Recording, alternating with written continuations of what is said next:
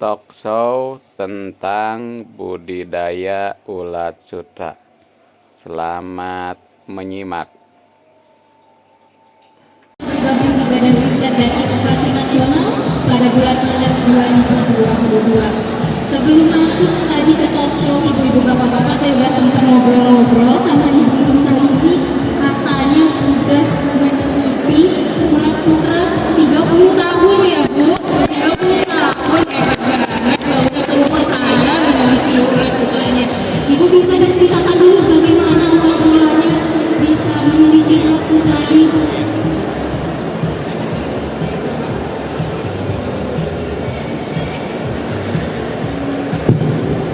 Terima kasih Mbak Lela, juga terima kasih kepada Bapak Ibu yang walaupun sudah sore masih berkenan juga untuk hadir dan mengikuti, mudah-mudahan tidak ngantuk gitu.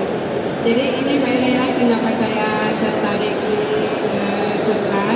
Mungkin dari S1 dan S2 saya itu terus di bidang sutra. Mungkin orang itu berimage kalau kita bicara tentang ulat sutra itu langsung terpikirkan bahwa membayangkan itu suatu kain yang elegan, halus dan mahal. Tapi ternyata di balik itu tuh Mbak Ella ada proses yang panjang juga gitu, bahwa untuk mendapatkan kain sutra, kenapa harganya itu mahal, itu prosesnya memang panjang ya. Dari mulai penanaman murbe, budidaya ulat, pengolahan kokon, sampai ke pemintalan. Itu jadi prosesnya memang panjang dan wajar kalau memang harganya mahal. Benar Bu, setuju banget ya, sutra itu memang terkenal sebagai salah satu kain atau material yang mahal harganya ya Bu.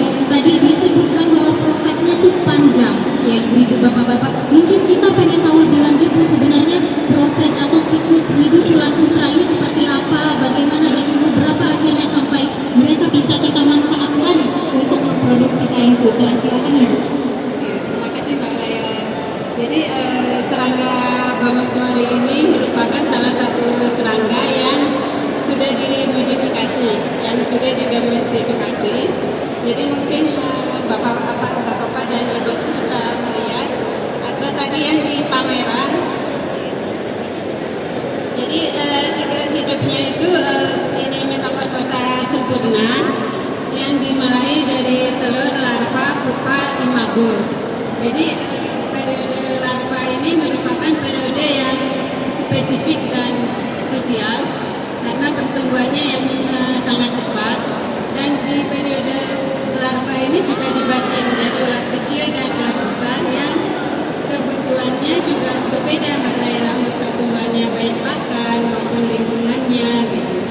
Jadi pas ulat besar yang iftar ke-5 pada hari ke-7-8 itu biasanya dia bening, tidak makan, mengeluarkan kotoran terakhir ya kayak puasa bersih ya Pak. Jadi ini memang binatang yang bersih yang Mbak Laila. Pada saat dia bertapa, dia itu akan mengeluarkan kotoran yang terakhir dalam kondisi yang bersih untuk perubahan pradewasa menjadi dewasa, kemudian menjadi pupa dan imago. Jadi kita ada dua kebutuhan.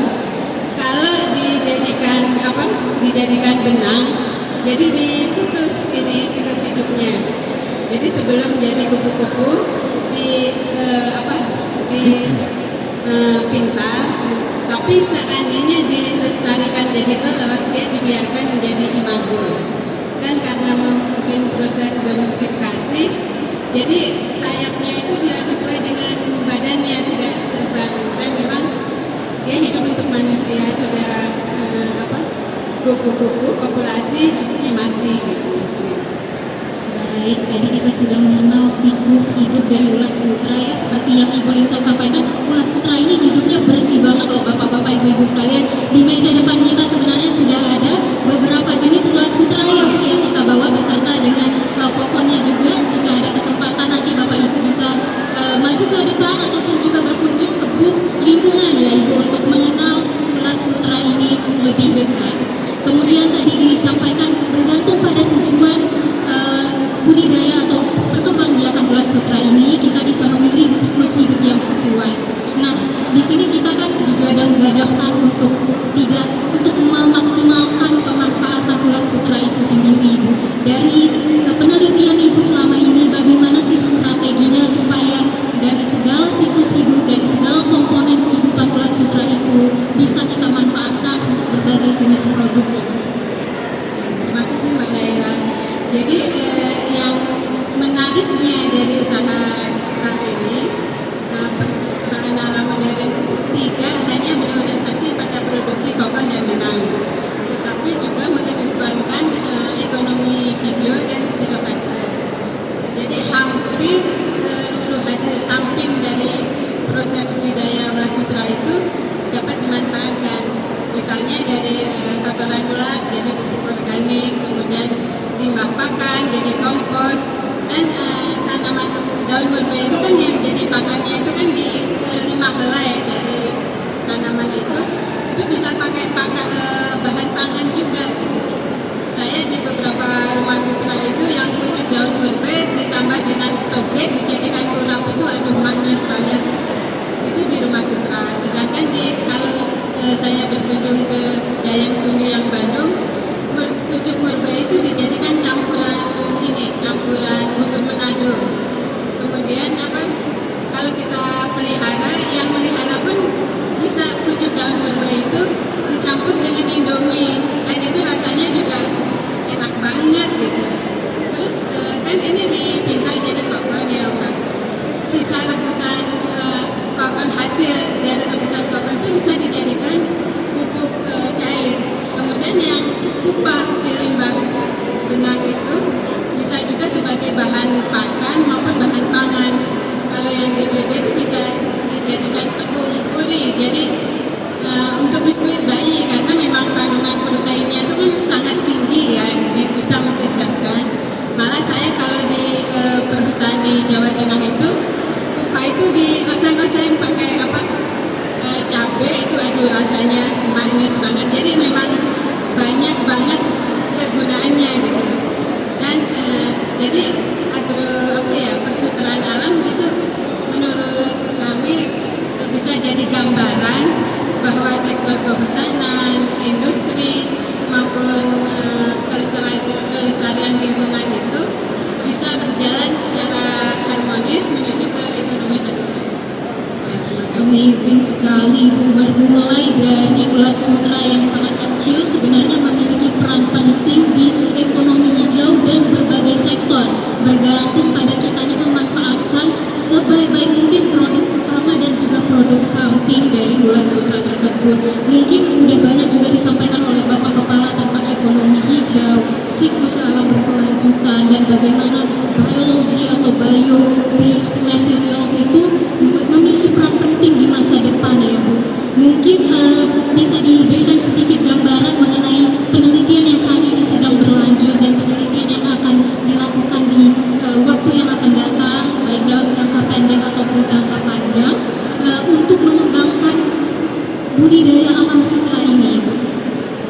Terima kasih Mbak Raila. Memang peran BRIN dalam pengembangan sutra, terutama dari pusat geologi terapan, yaitu geologi terapan itu untuk menghasilkan hibrid baru.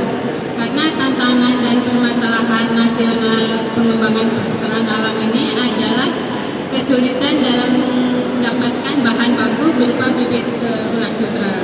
Dan alhamdulillah kami sudah mendapatkan juga dengan di BRIN ini dari tahun 2022 ya, hasil kerjasama dari pemurnian hibrid impor itu ada satu hibrid yang sudah potensi, dan kami juga tidak beranggapan bahwa bibit itu bagus gitu. Tapi setelah diuji coba oleh PT Begawan Sutra di Sukabumi, dan kami sudah terima testimoni dari mereka bahwa hasil dari pemurnian dan bibit yang kami dapatkan itu mortalitasnya rendah, filamennya tinggi. Jadi kami lebih pede karena itu testimoni dari pengguna gitu ya.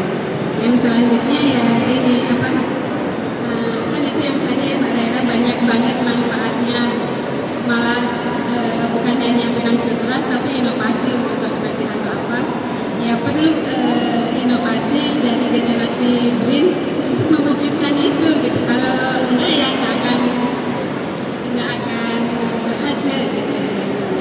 Harus ada sentuhan di sana. Setuju sekali Bu Linca. Tadi sebenarnya setelah proses kultivasi atau budidaya Alam Sutra, kita justru perlu peran-peran dari industri terkait, peran-peran dari pusat riset terkait juga untuk kemudian mengembangkan hasil atau produk dari ulat sutra ini untuk kemudian dapat dihilirisasi menjadi produk yang dapat dimanfaatkan dan dinikmati oleh masyarakat Indonesia. Seperti yang Bapak Ibu bisa lihat, mungkin kalau agak maju ke depan, di situ ada contoh ulat sutra. Ada 2 atau 3 jenis ya, Ibu bisa dijelaskan dari segi variasinya dan juga rasnya ulat sutra yang bisa kita temui di Indonesia. Ya, sebenarnya itu juga ini produk lokal Indonesia gitu. Ya memang nenek moyangnya itu kan dari Cina, dari Jepang, tapi itu udah milik Indonesia semua negara, dari Bulgaria, Rumania juga begitu. Jadi yang masing-masing itu memiliki karakteristik yang spesifik, mulai dari telurnya yang larvanya yang polos tidak bintik, itu telurnya hijau, ulatnya polos, kokonnya itu bulat. Tapi dia itu siklus hidupnya itu lebih pendek dan filamennya itu lebih pendek juga. Yang bintik-bintik itu telurnya abu-abu, kemudian kokonnya kacang, siklusnya lebih lama, tapi panjang filamennya juga lama. Sehingga untuk memadukan gen-gen yang positif itu kita hibridkan gitu. Jadi hasilnya itu mudah dibeli tetap, terus kokonnya lebih besar, filamennya lebih panjang gitu. Nah itu yang tadi saya lupa, maaf ada yang rencana penelitian yang ke depannya. Jadi saya senang dengan acara Expo ORHL itu tanpa sengaja dengan teman-teman dari usaha riset yang lain gitu akan kolaborasi juga. Jadi kami ketemu dengan yang dari MITER, BOTER, terus PRB, BM, mudah-mudahan mereka lanjut gitu dengan obrolan yang di sini. Terima kasih. Dari saya sendiri sebenarnya udah tertarik banget nih untuk membuka pintu-pintu kolaborasi dengan Ibu Linca dan belajar dari pakar ulat sutra di zoologi Kerapan.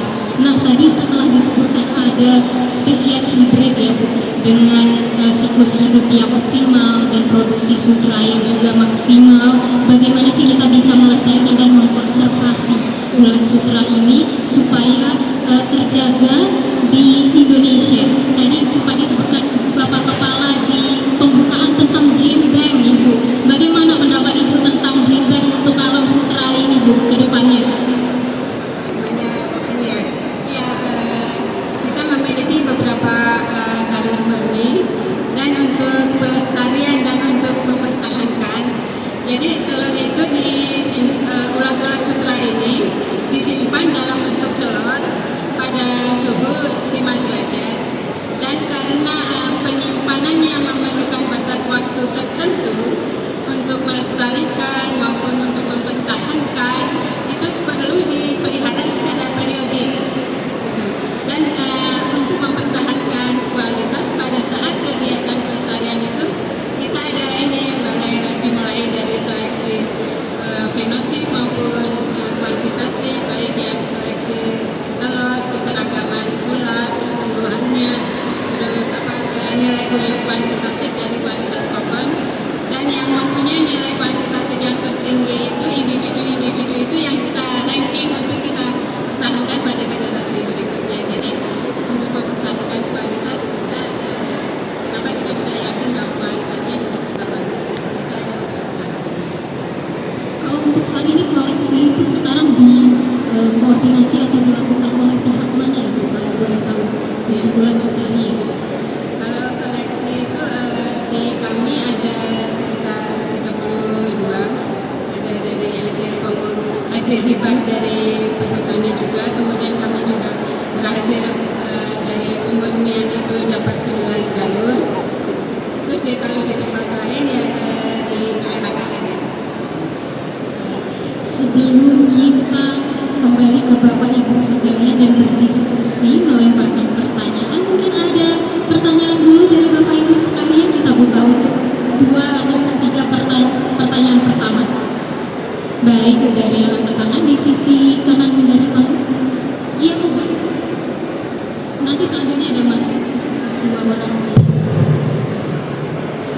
Assalamualaikum warahmatullahi wabarakatuh. Selamat sore Bapak Ibu sekalian. Perkenalkan, nama saya Zilda, Bu. Saya ingin bertanya, sebenarnya saya awam tentang masalah sutra ini. Kenapa murbe, Bu? Terus kan kalau zaman saya kecil kan itu sama tanaman yang bisa kita temui di hutan, tempat bermain. Apakah ketika kita memelihara ulat sutra ini, apakah juga harus punya lahan tertentu untuk tanaman murbe ini? Karena kan harus kontinu ya Bu ya. Nah itu tuh sepertinya gimana keberlanjutannya ketika kita memelihara ulat sutra ini, dan apakah satu lagi, apakah ini tuh bisa dikembangbiakan oleh orang awam Bu? Misal ada satu orang lihat, oh ini potensinya banyak dan nilai jualnya juga tinggi gitu kan. Apakah orang awam tuh bisa langsung praktek gitu Bu untuk memeliharanya? Kira-kira bagaimana? Kira-kira begitu Mbak. Terima kasih.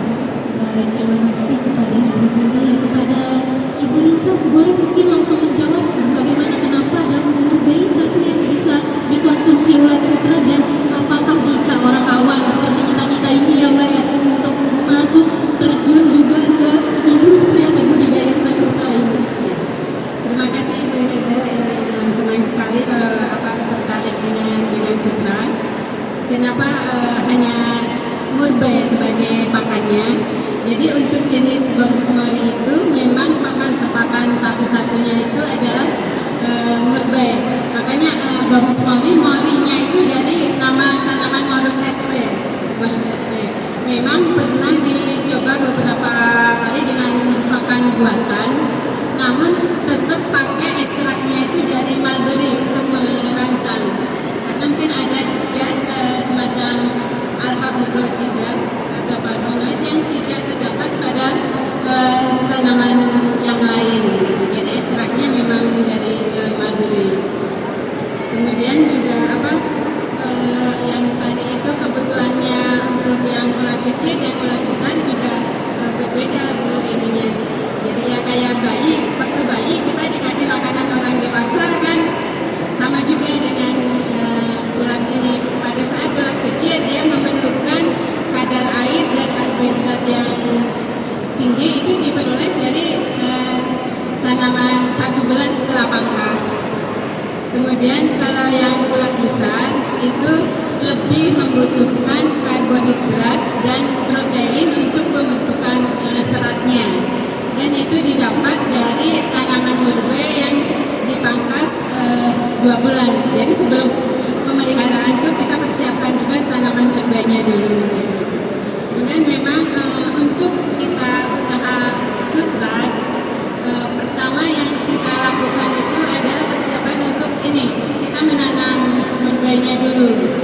Murbenya dulu itu kan tanaman konservasi ya Bu, yang 25 tahun ya bertahannya gitu. Terus kemudian pangkas pertama itu karena bertahan 25 tahun, pangkas pertama itu dilakukan pada umur 9 bulan.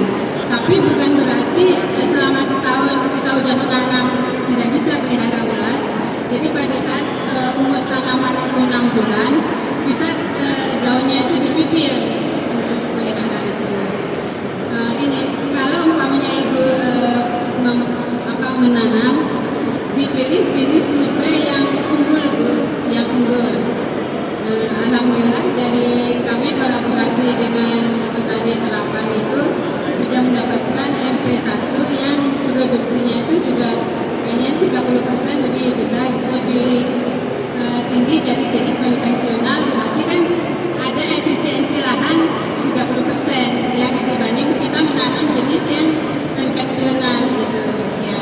Jadi untuk kalau pelihara kan satu box itu 25.000, jadi dengan 800 meter dengan jenis konvensional, berarti kalau kita menanam unggul, berarti sekitar 500 sampai 600 meter kita sudah bisa menanam pelihara ulat. Bisa pemilihan jenis kita selektif memilih jenis mupe yang akan kita tanam. Kemudian menarik juga yang tadi Ibu Rega, apakah bisa masyarakat ini membiarkan, karena kelihatannya kan sederhana dari telur ini kemudian menetas. Jadi jenis bambu cimori ini bersifat bivoltin, Bu, yang menetas secara alami itu 6 bulan. Namun bisa juga kita penetasan itu kita atur segimana persiapan kita. Jadi kita di setting dari penyimpanan telur. Kemudian kalau umpamanya kita mau langsung pelihara 10 hari kemudian dipakai ACL. Jadi untuk dirangsang embrionya itu tumbuh. Memang ada yang jenis lokal yang di Sulawesi, jenis polyvoltin. Polyvoltin itu tanpa perlakuan apa-apa dia akan menetas 10 atau 11 hari. Cuman kelebihan dari polyvoltin karena jenis lokal, jenis tropis, dia adaptif terhadap kondisi tropis. Cuman kokonnya itu lebih kecil-kecil. Ya. Jadi kalau Ibu pelihara sekarang ada yang produsen bibit yang resmi di Indonesia itu dari PT Begawan Sutra Nusantara di Sukabumi, yang alhamdulillah untuk bibitnya itu hasil dari kami yang bisa disebarkan di Indonesia. Ya, terima kasih. Baik, terima kasih Ibu Zura dan juga Ibu Linca atas jawabannya. Saya yakin sebenarnya masih banyak kayaknya pertanyaan dan Ibu Zura mau bertanya lagi, tapi karena waktunya mohon maaf ya Ibu ya, kita bisa maju lagi ke pertanyaan selanjutnya. Tadi sudah ada yang angkat tangan, 2 orang laki-laki di sebelah sana ya. Sudah lebih dulu nanti kita ke bagian tengah lagi.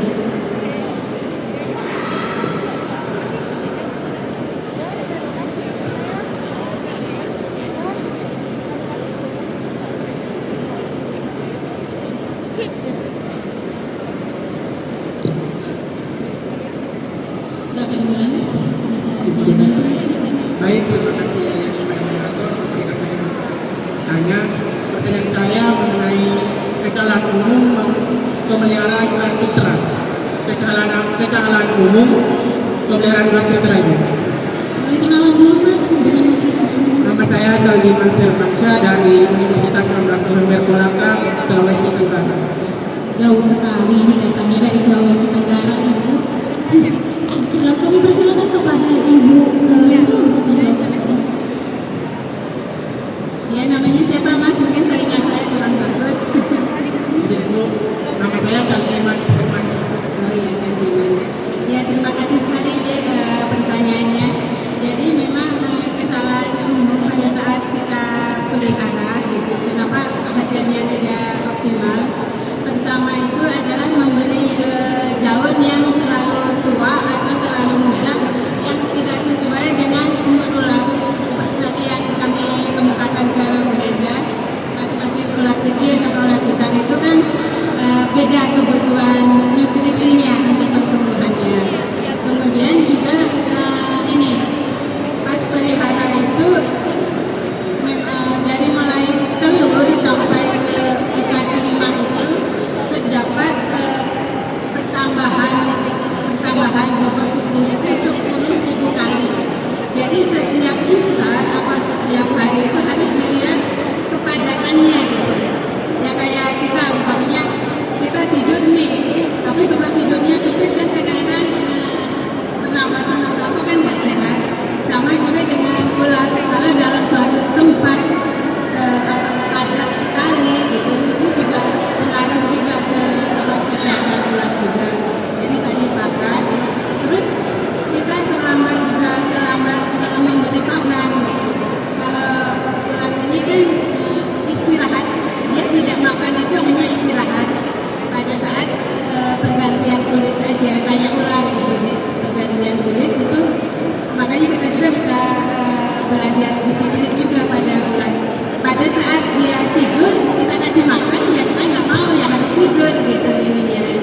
Tapi kalau kita terlambat mengasih makan, apalagi ulat besar itu menjadi ya kayak kita lapar, kita kekurangan makan, kadang-kadang kan suka pusing ya, sama juga dengan ulat juga begitu, juga terus mengaturkan suhu sama kelembapan juga, makanya di dalam ruangan itu ada suhu termometer. Terima kasih.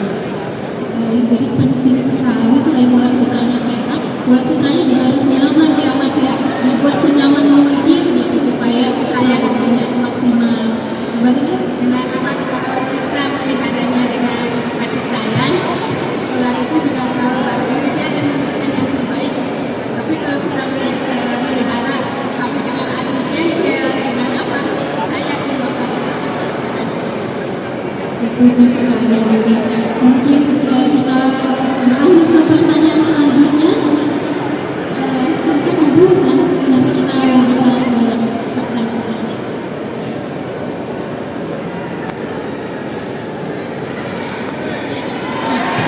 Silakan Ibu bertanya. Terima kasih. Assalamualaikum warahmatullahi wabarakatuh. Perkenalkan, saya Wiwin dari Pusat Riset Sistem Biota. Saya mengapresiasi atas riset Ibu selama 30 tahun, luar biasa di ulat sutra. Ada beberapa pertanyaan Ibu. Yang pertama, sepanjang 30 tahun Ibu meriset ulat sutra, sebenarnya di Indonesia ada berapa jenis yang